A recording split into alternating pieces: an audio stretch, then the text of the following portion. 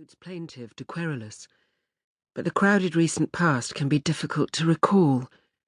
The family division teemed with strange differences, special pleading, intimate half-truths, exotic accusation, and as in all branches of law, fine-grained particularities of circumstance needed to be assimilated at speed.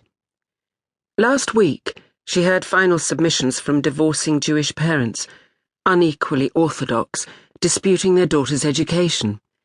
The draft of her completed judgment was on the floor beside her. Tomorrow, coming before her again, would be a despairing Englishwoman, gaunt, pale, highly educated, mother of a 5-year-old girl, convinced, despite assurances to the court to the contrary, that her daughter was about to be removed from the jurisdiction by the father, a Moroccan businessman and strict Muslim, to a new life in Rabat, where he intended to settle. Otherwise, routine wrangles over residence of children, over houses, pensions, earnings, inheritance. It was the larger estates that came to the High Court. Wealth mostly failed to bring extended happiness.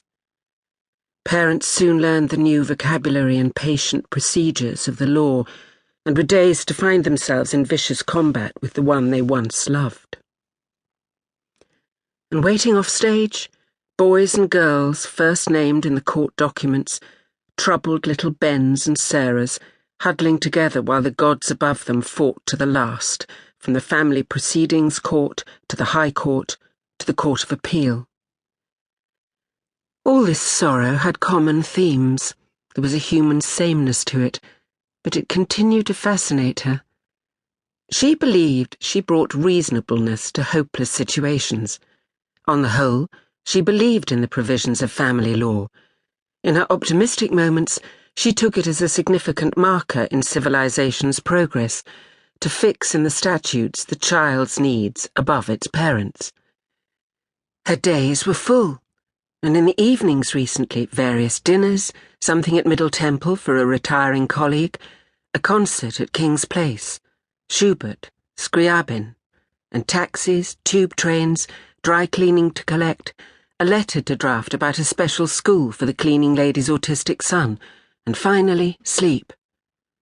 Where was the sex? At that moment, she couldn't recall. I don't keep a record. He spread his hands, resting his case.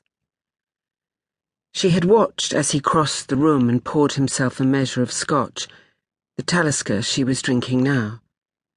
Lately, he was looking taller, easier in his movements. While his back was turned to her, she had a cold premonition of rejection, of the humiliation of being left for a young woman, of being left behind, useless and alone. She wondered if she should simply go along with anything he wanted, then rejected the thought. He had come back towards her with his glass.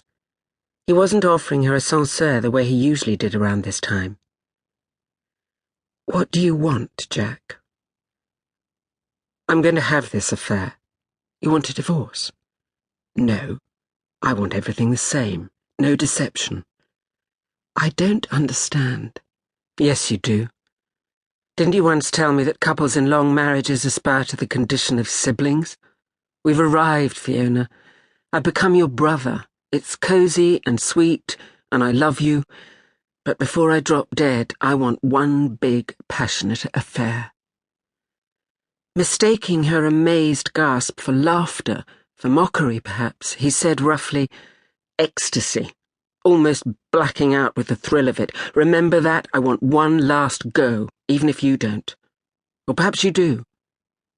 She stared at him in disbelief. There it is, then. This was when she had found her voice and told him what kind of idiot he was. She had a powerful grip on what was conventionally correct. That he had, as far as she knew, always been faithful, made his proposition all the more outrageous. Or if he'd deceived her in the past, he'd done it brilliantly. She already knew the name of the woman. Melanie. Not so remote from the name of a fatal form of skin cancer. She knew she could be obliterated by his affair with this 28-year-old statistician. If you do this,